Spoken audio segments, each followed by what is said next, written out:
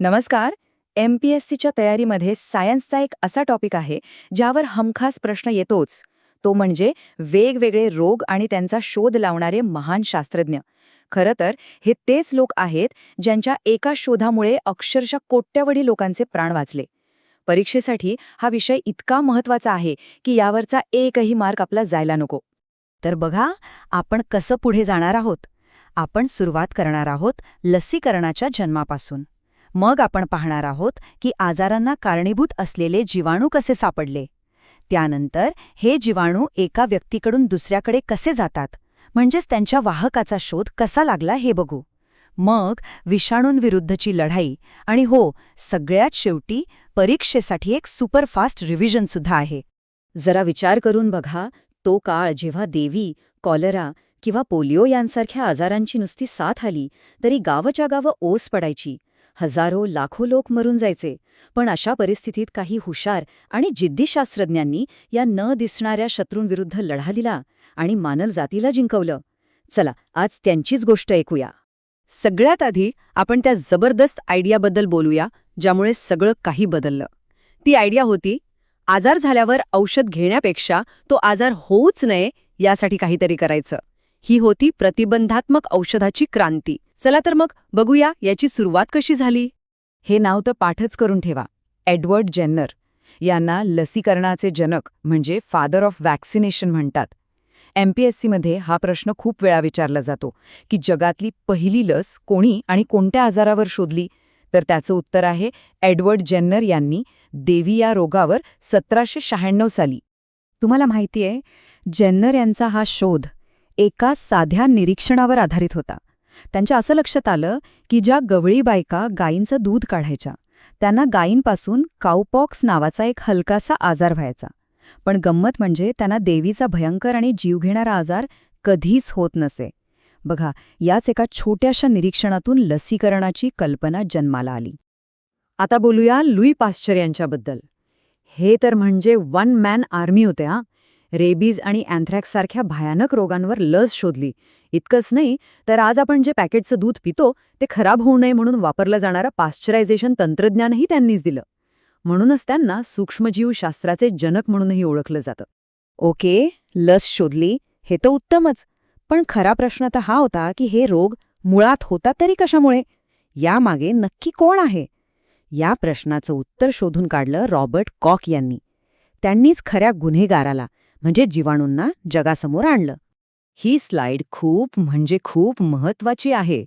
Cock यांनी एकापाठोपाठ एक 3 मोठ्या रोगांचे जीवाणू शोधून काढले. अँथ्रॅक्स, क्षयरोग म्हणजे TB आणि कॉलरा.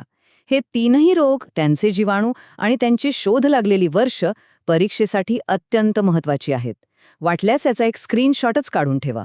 रिव्हिजनसाठी खूप उपयोगी पडेल. आता एखादा आजार हा विशिष्ट जीवाणूमुळेच होतो हे सिद्ध कसं करायचं? यासाठी कॉक यांनी 4 नियम दिले, ज्यांना कॉकचे सिद्धांत म्हणतात.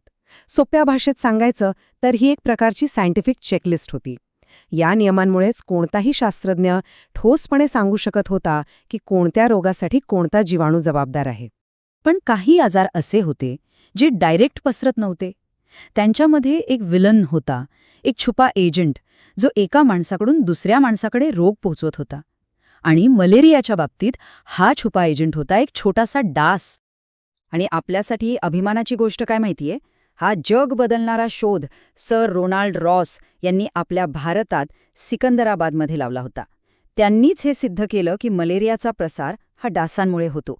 आणि त्यांच्या याच कामासाठी त्यांना 1902 साली नोबेल पुरस्काराने सन्मानित करण्यात आलं. ही तारीख लक्षात ठेवा, 20 ऑगस्ट 1897. याच दिवशी सर रोनाल्ड रॉस यांना ॲनॉफिलिस डासाच्या पोटात मलेरियाचे जंतू सापडले. आणि म्हणूनच या ऐतिहासिक शोधाच्या स्मरणार्थ हा दिवस आता जागतिक डास दिन किंवा वर्ल्ड मॉस्किटो डे म्हणून साजरा केला जातो. आत्ता आपण लढाईच्या पुढच्या टप्प्यात आलो आहोत. आत्ताचे शत्रू बॅक्टेरियापेक्षाही लहान आणि जास्त खतरनाक होते. हे होते विषाणू म्हणजेच व्हायरस. 20व्या शतकात पोलिओ आणि एड्स ही 2 सर्वात मोठी आव्हानं होती. परीक्षेसाठी IPV आणि OPV मधला फरक खूप महत्वाचा आहे. लक्षात ठेवायला एक सोपी युक्ती सांगतो. साल्कची लस सुईने दिली जाते आणि साबींची लस तोंडातून. साल्क सुई असं लक्षात ठेवा. साल्कच्या लसीत मृत विषाणू वापरले जातात, तर साबींच्या लसीत कमजोर केलेले पण जिवंत विषाणू वापरले जातात. 80च्या दशकात एड्सने जगभरात थैमान घातलं होतं. या आजाराचं कारणच कुणाला माहिती नव्हतं. तेव्हा 1983 साली ल्यूक मॉन्टॅग्नियर आणि त्यांच्या टीमने HIV या विषाणूचा शोध लावला, जो एड्ससाठी जबाबदार होता. याच शोधामुळे एड्सवर नियंत्रण मिळवणं शक्य झालं. हा आकडा बघा, 3,90,00,000.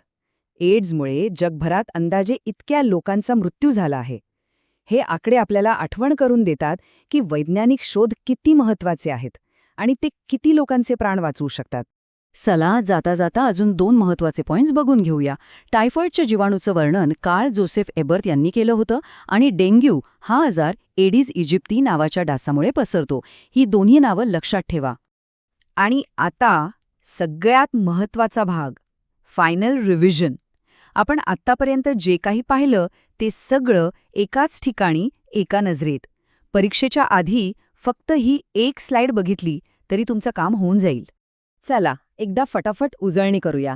देवी, Edward Jenner, rabies, Louis Pasteur, क्षयरोग आणि cholera, Robert Koch, malaria, Sir Ronald Ross, polio, Jonas Salk आणि अल्बर्ट सॅबिन, आणि एड्स, ल्यूक मॉन्टॅग्नेर. या जोड्या एकदम पक्क्या लक्षात ठेवा. 1 मार्क तुमचा पक्का. या सगळ्या शास्त्रज्ञांनी आपल्याला एक गोष्ट शिकवली, की मानवी बुद्धी आणि चिकाटीच्या पुढे कोणतंही आव्हान टिकू शकत नाही. त्यांनी आपले काम केलं.